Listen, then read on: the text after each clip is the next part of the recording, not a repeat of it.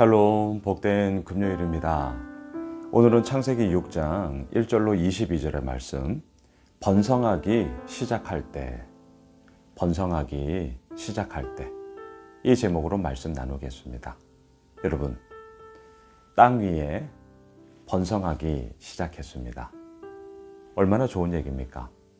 생육하고 번성하라, 땅에 충만하라, 땅을 다스려라, 정복해라. 하나님의 창조의 명령이 있지 않았습니까? 하지만 어떠했습니까? 죄악이 관영했습니다. 불순종했습니다.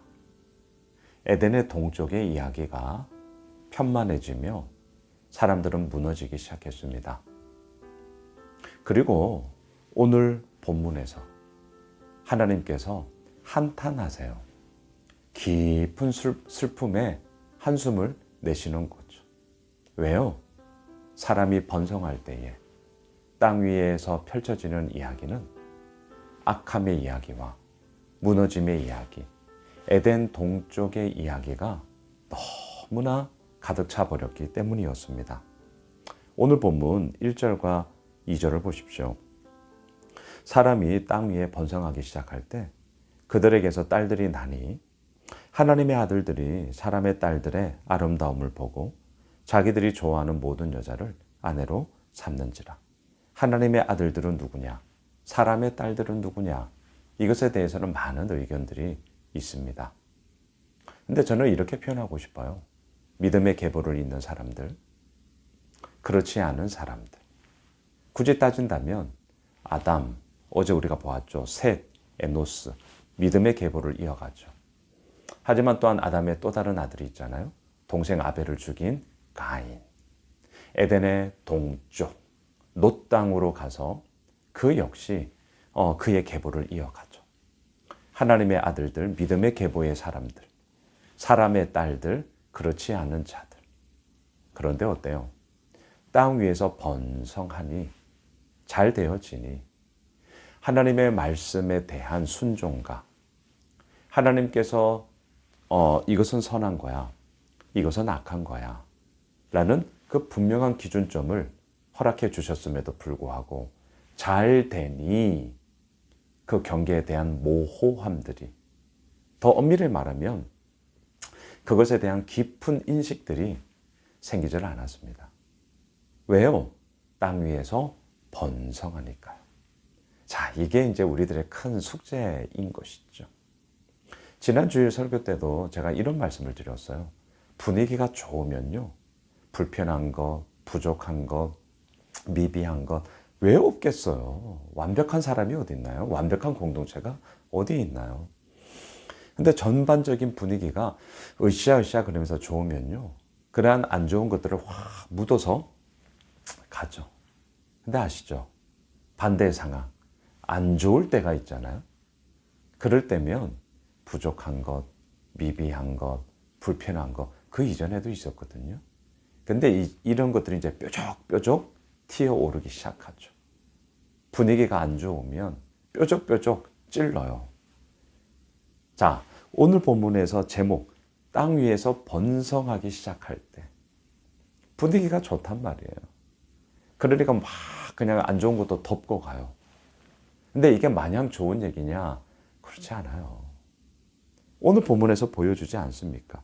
하나님의 아들들이 사람의 딸들을, 믿음의 계보를 이어가는 자들이 그렇지 않은 자들과 함께하며 어때요? 아름다움을 보고, 여기서 말하는 아름다움은 본질적인 내면의 아름다움이 아니라 그저 눈에 보여지는 외적인 미모였을 뿐입니다. 그냥 거기에 혹하는 거예요.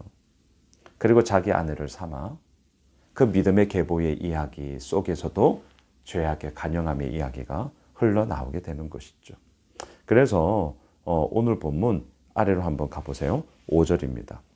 여호와께서 사람의 죄악이 세상에 가득함과 그의 마음으로 생각하는 모든 계획이 항상 악할 뿐임을 보시고. 얼마나 슬픈 얘기예요. 에덴의 동쪽의 이야기가 지금 창세기 6장에서 계속 이어지는 것을 우리는 보게 되죠. 모든 계획이 항상 악해요. 아시죠? 성선설이냐 성악설이냐. 이건 물론 유교의 용어이지만 이 용어를 우리가 빌려서 인용한다면, 차용한다면 성경은 성악설입니다. 로마서 3장 23절 모든 사람이 죄를 범하였음에 하나님의 영광에 이르지 못하더라. 모든 사람이에요. 우리는 악해요. 그러니 모든 계획 역시 항상 악할 뿐이었습니다. 한탄하셨습니다. 하나님이 한탄하셨어요. 가슴을 치며 깊은 슬픔에 한숨을 내셔요. 물론 그렇다 해서 이런 하나님을 보면서 하나님 탓하시면 안 됩니다. 하나님이 창조한 걸 후회했느냐? 후회의 의미가 아니에요.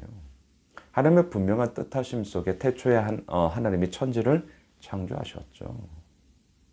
그리고 그 가운데 하나님의 형상, 지정의, 인격을 가진 존재로서 소위 말하는 자유의지를 가지고 마음껏 살아가게끔 하시지 않으셨겠습니까? 그렇게 허락해 줬더니 이들은 어때요? 항상 악함을 계획할 뿐이었단 말이죠. 사랑하기 때문에 한편으로는 그릇된 모습을 보며 깊은 슬픔에 한숨을 내쉬며 한탄을 하는 거예요. 사랑하지 않으면 무슨 상관이에요?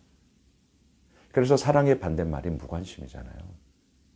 미워하는 것, 증오하는 것도 또 다른 그에 대한 한 줄기 희망의 빛이 있기 때문에 그런 건데요. 정말 진짜 싫다, 꼴보기 싫다. 관심이 없어요. 하나님이 한탄하세요. 그런데 그 가운데서도 너무나 놀라운 은혜의 이야기가 펼쳐집니다. 8절입니다. 그러나 노아는 여호와께 은혜를 입었더라. 하나님의 은혜를 입은 노아. 그러나 노아는 세상의 죄악에 관영함, 악한 생각으로 가득 차 있음, 에덴 동쪽에 무너지는 이야기. 그러나 여러분, 우리의 이야기입니다. 세상 죄악의 관영함 속에 그러나 노아는 이 이름에 우리의 이름을 넣으셔야죠. 양순홍은 우리 교회 귀한 성도님들은 예수 우미실 교회는 여호와께 은혜를 입었더라. 어찌하여서 하나님께 은혜를 입었습니까? 노아가 뭘 잘했느냐? 아니에요. 아닙니다. 하나님의 전적인 은혜예요. 하나님의 무조건적인 은혜예요. 그리고 오늘 순서를 잘 보세요. 은혜를 입었기 때문에 9절을 보세요.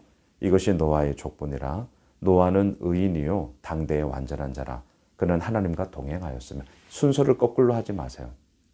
우리는 9절에 나와 있는 노아는 의인이었고 하나님과 동행한 완전한 자였기 때문에 8절 은혜를 입었더라라고 자꾸 거꾸로 가요. 왜냐하면 인과관계에 너무나 익숙해서 그래요. 나에게 뭔가 내가 뭔가 인풋을 넣어야 아웃풋을 넣는 세상에서 돌아가는 익숙한 구조에 우리가 살다 보니까 성경도 자꾸 그렇게 읽는다고. 아니에요. 아니에요. 순서를 잘 보세요. 8절 하나님께 그냥 은혜를 입은 거예요. 이게 기독교입니다. 내가 뭘 한 게 아니에요. 내가 어떠한 조건에 부합해서 살았기 때문에 은혜를 받은 게 아니라고요. 만일에 그렇게 생각하시면 주도권이 나에게 있다라고 여기는 거예요. 신앙은 주도권 싸움입니다. 하나님께 있어요. 전적인 은혜로 노아는 그 은혜를 입은 거예요. 하나님이 그냥 주신 거예요. 하나님이 그냥 우리를 택해 주신 거예요. 우리가 하나님을 믿는 자녀로 하나님 앞에 서게 하신 거예요. 그리고 잊지 마셔요. 그 은혜가 너무 크기 때문에 우리 어떻게 살아야 돼요? 9절 의인이요 당대의 완전한 자라 하나님과 동행하였습니다. 말씀을 정리하겠습니다. 땅 위에 번성하기 시작할 때 우리 어떻게 해야 됩니까? 은혜를 입은 자로서 의인으로 완전한 자로 하나님과 동행하며 우리는 나아가야 합니다. 이 믿음의 길을 오늘 금요일 한날 마음껏 걸어가길 주의 이름으로 축복합니다. 기도하겠습니다. 하나님 감사합니다. 그러나 노아는 여호와께 은혜를 입었더라. 그러나 양순홍은 여호와께 은혜를 입었더라. 그러나 예수 오미실 교회의 성도들님들 여호와의 은혜를 입었더라. 그 은혜에 합당함으로, 그 은혜에 대한 감사함으로 의인, 온전한 자, 하나님과 동행하는 자로 계속해서 살아가는 우리 모두가 되게 하여 주옵소서. 예수님의 이름으로 기도드리옵나이다. 아멘. 오늘 말씀 붙잡고 우리 가지고 있는 기도 제목 가지고요, 계속해서 기도합시다.